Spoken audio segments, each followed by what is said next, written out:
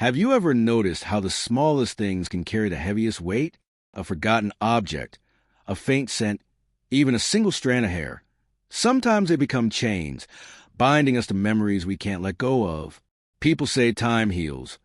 But what if that's not true? What if time only sharpens the silence, turning love into a haunting that refuses to fade? This isn't a story about moving on. It's about what happens when love is so strong, so consuming, that even death can't break it hold. It's about a man who loved so deeply that the walls of his home still breathed with her presence, long after illness had stolen her away. And maybe, just maybe, you'll see parts of yourself in his pain. Because grief doesn't ask permission and love never truly leaves. It lingers, it cuts, it devours. You might think you know how stories of loss end, with acceptance, with healing, with peace. But not this one.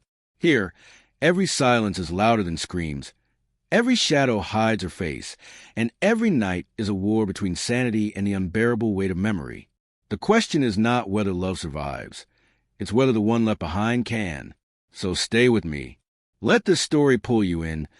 Let it challenge what you believe about love, about grief, about what it means to be human. You might not leave with answers, but you'll leave with a piece of the truth, a truth most are too afraid to face. And if you feel this story touch something inside you, consider leaving us a little free tip. Like a comment and a subscription. It costs nothing, but it means everything for us to keep sharing stories that hit this deep. Because sometimes, the most unforgettable tales aren't about victory. They're about the scars that never heal. And tonight, you'll hear one of them. He opened the wardrobe with no expectations. Just another ordinary morning. But there it was, caught on the fabric of his jacket, a single strand of hair. It wasn't just hair. It was a remnant of a time that would never return. He froze, staring at it, and suddenly the weight of memory hit him like a storm. That strand carried more than its fragile form suggested. It carried whispers of nights spent together, soft laughter echoing in the dark, and promises whispered with trembling voices. How many times can something so small awaken a heart already drowning in grief? As his fingers brushed over the delicate thread, he saw her dress again. The one she wore so often, simple and worn, yet now a sacred relic. Funny how the ordinary turns holy once absence becomes permanent. A faded dress, a faint perfume still lingering in the air, or a forgotten trinket tucked away in a drawer. These were no longer things.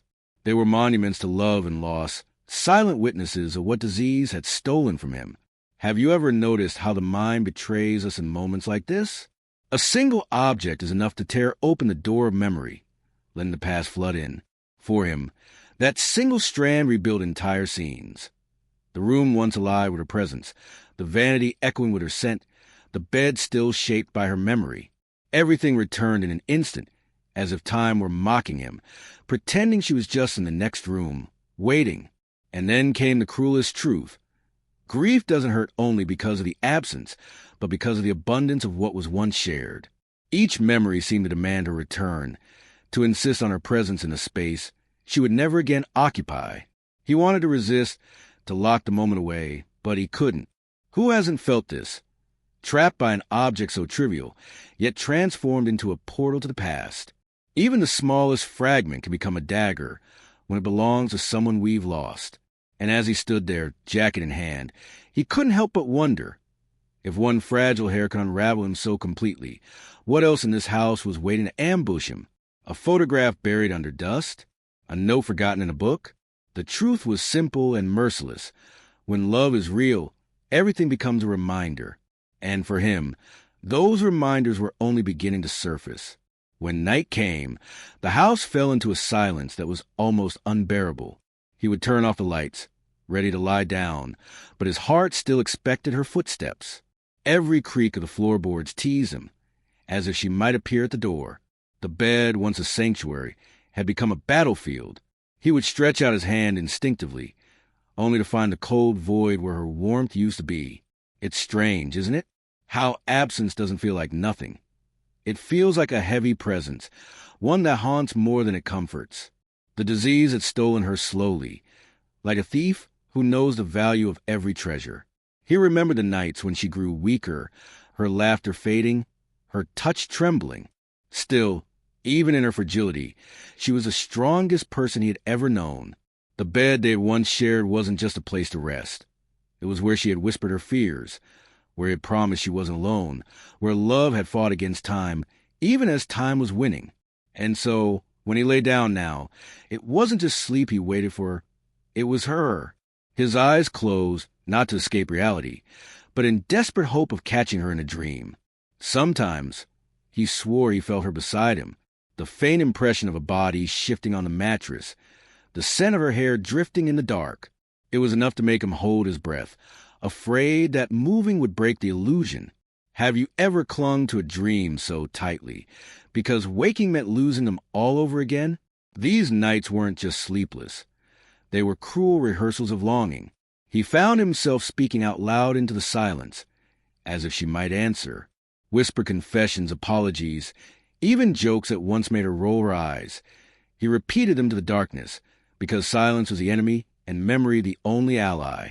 His heart knew the truth, but his soul kept waiting, convinced that love strong enough to burn through years couldn't just vanish into nothing. And with every night that passed, the line between memory and reality blurred a little more. Was she truly gone, or was she still there, lingering in the shadows, refusing to leave him entirely? He didn't know. All he knew was that he kept waiting for her, as though one evening the sheets might shift and the impossible might happen. And deep inside, he feared what he would find next, a reminder even more powerful than that fragile strand of hair. That morning, while reaching for his jacket, he found it again, the strand of hair still clinging stubbornly to the fabric. It wasn't the first time, but each discovery struck like the first wound. He stared at it as if it were alive, a silent messenger reminding him of what he had lost. Isn't it strange how grief hides in the smallest corners? A single hair could feel heavier than the weight of the whole world. And in that fragile thread he saw her, laughing, singing, dancing, alive. It wasn't just memory, it was betrayal. Life dared to move on, yet this little piece of her refused to disappear. He thought about how that strand had once been tangled with his, pressed against his skin in the heat of love. It was proof that she had existed in his arms, that she wasn't just a dream fading in the distance. And yet, now it mocked him, hanging by a thread, literally, between presence and absence, love and loss. Have you ever found something so simple that it shattered you completely?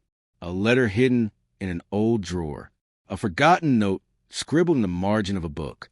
For him, this was that object. He could almost hear her voice, soft and teasing, asking why he kept that old jacket. The thought twisted the knife deeper, because he couldn't let go, not of her, not of the memories stitched into every seam.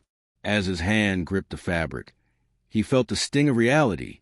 She wasn't coming back, and yet she was everywhere. The disease had taken her body, but these small remnants made it impossible to bury her spirit. It was cruel and kind at once, because to lose even these reminders would mean to lose her entirely. He found himself torn between the pain of remembering and the terror of forgetting. Which would you choose? And in that torment, he realized something darker. If one hair could unravel him this much, what would happen when he stumbled upon something more? A love letter in her handwriting, a recording of her voice, or a photograph capturing her smile. He braced himself, knowing that the house still held secrets, and each one would demand he relive the love that once defined him, and the loss that nearly destroyed him. Every night, when the lights dimmed and silence wrapped around the house, he swore he could feel her. The bed dipped ever so slightly, as though someone had just lain down beside him. He held his breath, terrified to move, because what if breaking the stillness meant losing her all over again? It wasn't madness, it was longing, the kind of longing that sharpens itself like a blade, cutting deeper the more you resist. Sometimes he reached out in the dark, fingers brushing the sheets as if they might find her hand. But all they ever met was emptiness, colder than any winter. And yet, in that emptiness, his mind painted her silhouette, her head resting on the pillow, her hair cascading across his chest, her breath sinking with his heartbeat. He knew it wasn't real, but it was real enough to keep him awake, craving the impossible. Have you ever caught yourself talking to someone who isn't there? Whispering into thin air, waiting for an answer you know won't come. He did it almost every night. A joke she used to love. An apology for the arguments they never finished. A thank you for the little things she did that he never noticed until it was too late. The room absorbed his words, but the silence after was always louder, always crueler. And still, he couldn't stop, because silence without her voice felt like a death that repeated itself endlessly. Grief wasn't a single wound. It was 1,000 small cuts, reopened every time he remembered she once filled this room with laughter. He thought about people who said, "Time heals everything." But time hadn't healed him. It had only stretched the pain thinner, sharper, like glass splintering under pressure. So he waited, night after night, hoping for that impossible miracle. The soft weight of her body beside his, the brush of her hair on his face, the warmth of a kiss that belonged to another lifetime. And deep down he knew this waiting wasn't just for her. It was for the next memory, the next cruel reminder that would slice open his heart once more. Morning light spilled through the curtains, but it no longer carried warmth. He sat on the edge of the bed, staring at the empty pillow beside him, as though expecting it to suddenly move. The silence was heavy, almost unbearable, pressing down on his chest until breathing felt like a chore. Each sunrise was supposed to be a new beginning, yet for him it was nothing more than another reminder that she wouldn't be there. And somehow, the emptiness grew heavier with each passing day. He thought about the little rituals they once shared, the way she hummed while brushing her hair, the way she folded her dress carefully over the chair, the perfume that lingered on her skin long after she left the room.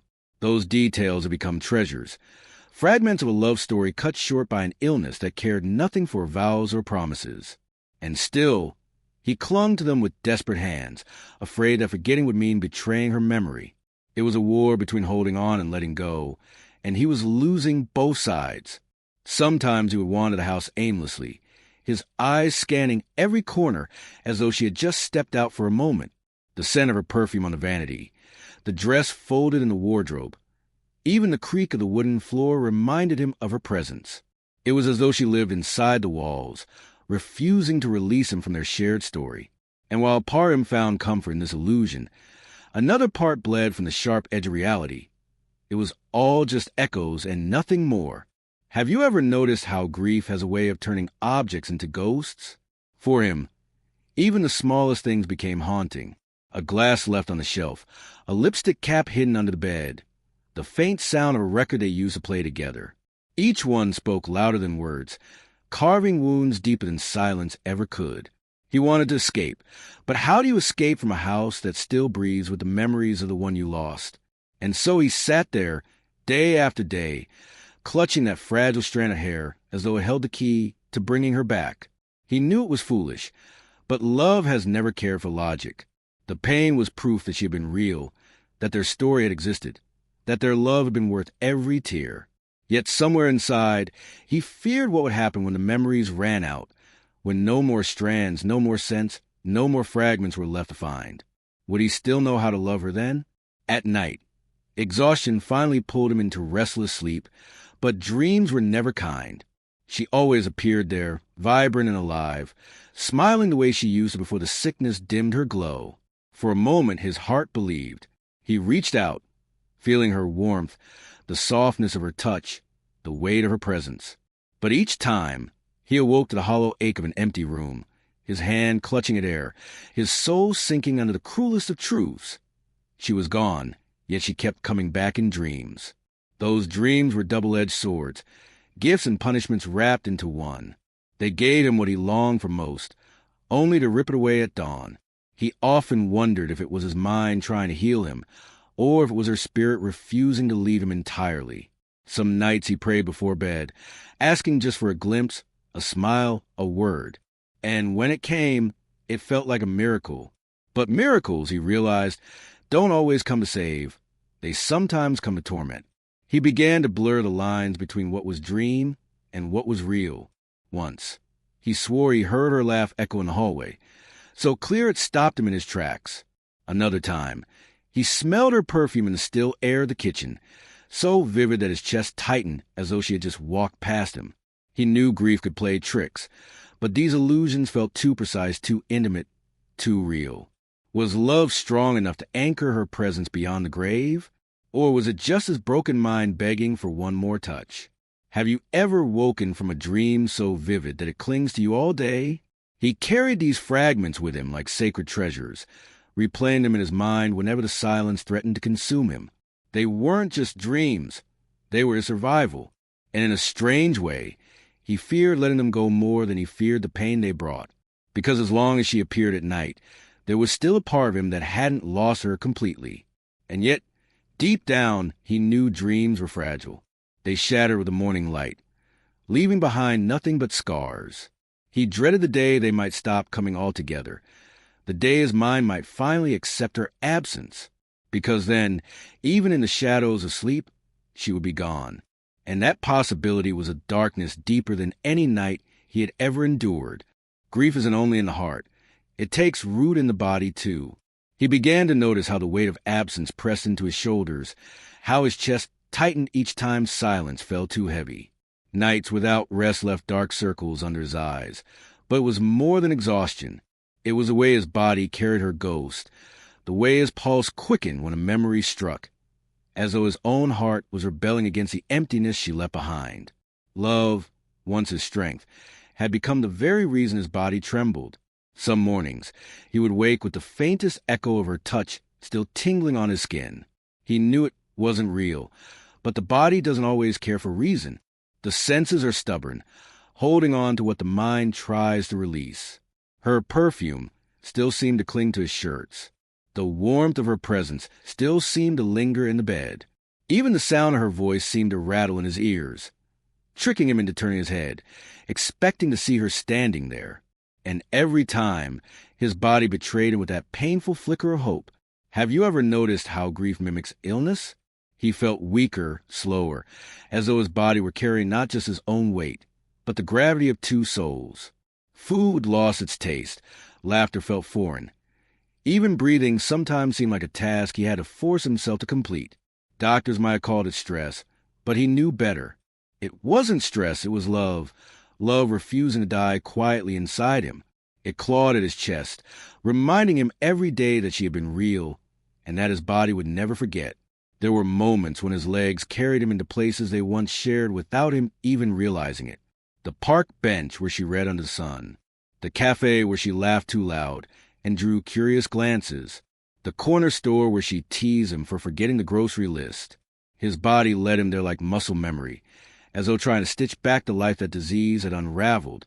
And when he realized what he was doing, he couldn't decide if it was comfort or torture. Maybe it was both. And so, he lived in a body that remembered more than his mind could bear. Every heartbeat, every shiver, every ache was tied to her. He wondered if it would always be this way, if love could become a permanent scar etched into bone and blood. The thought terrified him, yet he clung to it, because maybe, just maybe, that scar was the only part of her he still had left. And if the body refused to forget, perhaps it was because the story wasn't finished yet. Silence had never been so loud. Before, it was filled with her humming in the kitchen, the rustle of her dress as she moved through the house, the soft rhythm of her breathing at night. Now, the quiet pressed into every corner, turning familiar spaces into hollow shells. He often caught himself holding his breath, waiting for a sound that would never come, as if silence itself was mocking him. Absence doesn't just sit still, it screams. And every day, he heard it louder. He tried to fill the void with music once, putting on the records they used to love. But instead of comfort, each note felt like a knife twisting deeper. The songs weren't just melodies anymore. They were ghosts. The lyrics carried her voice. The harmonies carried her smile, and the silence between the tracks carried her absence. Have you ever heard music so heavy it made your chest ache? For him, every chorus was a reminder that the duet had become a solo. Sometimes he would speak, just to break the quiet, a muttered thought, a question tossed into the air, even a nervous laugh. Anything to convince himself that the house wasn't swallowing him whole. But silence always answered back, cold and merciless. It was in that reply that he realized something cruel. Grief doesn't only live in memories. It lives in the spaces where sound used to be. And the quieter the house became, the louder his longing grew. The nights were the worst. He lay awake, straining his ears, half convinced he might catch the faint echo of her footsteps, the whisper of her voice calling his name. More than once, he thought he did, and rushed to the door, only to find nothing but shadows. He would laugh bitterly at himself, but even that laugh was swallowed whole by the silence. It was as though the house had made a pact to erase every sound but his own, and so he sat in the silence, haunted by what it once carried. Each creak of the floor, each sigh of the wind through the window, became a cruel trick of memory. He knew the quiet wouldn't break, that no melody, no voice, no laugh would return to fill it. Still, he listened, because deep down he feared the moment silence became normal. That would mean she was truly gone, not just from the house, but from him. The silence didn't just haunt him, it began to break him. Nights stretched into endless hours where reality twisted at the edges. He swore he saw her shadow crossing the hallway, just out of reach. Once, half asleep, he heard her whisper his name so clearly that he answered out loud, his voice trembling.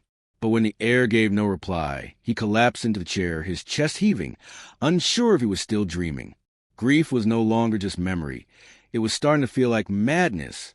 He began talking to her more often, not just in whispers, but in full conversations. At the dinner table, he'd pour 2 glasses of wine, setting one across from him. He would speak about his day, his fears, even laugh at his own jokes, waiting, always waiting, for the moment her voice might slip between his words. Outsiders would have called it delusion, but to him, it was survival. Better be thought insane than to surrender to the suffocating weight of silence. Have you ever felt your own mind betray you? He did, over and over. The scent of her perfume came and went like smoke. Sometimes he would find himself tracing the outline of her body on the bed, convinced that if he closed his eyes, she'd materialize in the dark. When reality returned, the emptiness was unbearable, sharper than any knife. And yet, he invited these illusions, even nurtured them, because they kept him tethered to a love too fierce to release. His friend grew concerned, urging him to move on, to pack her things away, to stop living inside the echo of what was gone. But how do you explain to others that you're not living in the past? You're living with it. That her presence was stitched so deeply into his soul that trying to cut it out will be like tearing flesh from bone? Their pity felt insulting, their words meaningless. Only he knew the truth. Losing her had fractured more than his heart. It had split his very sense of self. And as the days bled into nights, he no longer trusted what was real. The house whispered. The shadows moved. Her laughter flickered through the air like candlelight. Impossible to grasp, but impossible to deny. He wasn't sure if grief was keeping him alive, or if it was slowly killing him. All he knew was that her absence had become his prison, and his only escape might be the very illusions that threatened his sanity. By now, the man no longer distinguished between memory and reality. The house had become a living tomb, echoing with whispers that only he could hear. At first, it was just fragments, her perfume, her laughter, the weight on the bed beside him. But soon, she was everywhere. He saw her in the corner of his eye, heard her singing in the next room, felt her hand brushing against his. And though he knew it wasn't real, he chose not to fight it anymore. It was easier to surrender than to face the abyss of her absence. He stopped opening the curtains. Daylight felt like betrayal, exposing the cruel truth he didn't want to see. The world outside moved on, oblivious, while inside, time froze. His meals went untouched. His voice grew hoarse from speaking to someone who would never answer. Neighbors whispered about the man who lived in shadows, but he didn't care. Sanity, survival, society, none of it mattered anymore. All that mattered was keeping her alive in the only place she still existed, his mind. Have you ever seen someone cling so tightly to the past that it swallows him whole? That's what he became. A prisoner of love, bound not by chains but by memories sharper than knives. Every night, he welcomed the hallucinations, even begged for them. They were his punishment and his comfort, the sweet torment of a love too strong to die. And though his body grew weaker, his devotion only deepened. Love had turned into obsession, and obsession into his only reason to keep breathing. But obsession is merciless. It doesn't soothe, it devours. His reflection in the mirror became unrecognizable. Hollow eyes, trembling hands, a man undone by grief. Yet when he looked closer, he swore he saw her face overlapping his own, as if she were still there, fused into the marrow of his being. The line between them blurred until he didn't know where he ended and where she began. Perhaps that was his destiny, to become half man, half memory, forever trapped in the ruins of what once was. And so, one night, as the house lay silent, he placed a jacket with her hair over his chest and closed his eyes. He whispered her name, just once, with the last strength he had. To anyone else, the room was empty. But in his mind, she was there, lie beside him, smiling as she had in the days before illness stole her away. And in that final moment, he didn't feel alone. Love hadn't saved him, but it had consumed him completely, until there was nothing left but the echo of two souls bound together, even in ruin. Now it's your turn. Tell me, have you ever kept something so simple, yet so powerful, that it carried an entire world of memories? Maybe it was a letter, a shirt, a song that instantly brought someone back to you. Do you believe love can survive beyond time, or does it slowly consume the ones left behind? Share your thoughts in the comments. I want to know how this story connects with your life. And here's a challenge for you. Drop the name of a song you love, one that carries a deep story or memory for you. It doesn't matter if it's happy, heartbreaking, or bittersweet. We'll take those songs and transform them into powerful stories, just like the one you've heard today. Imagine your favorite music reborn as a tale that speaks not only to you, but to everyone listening. If this story touched you, even just a little, give us that free tip. Hit the like button, leave a comment, and subscribe with notifications on. It costs nothing, but it helps us keep creating stories that make you feel something real. Because here, music doesn't end when the song stops. It becomes flesh, memory, and storytelling. And the next song we turn into a story might just be the one you choose.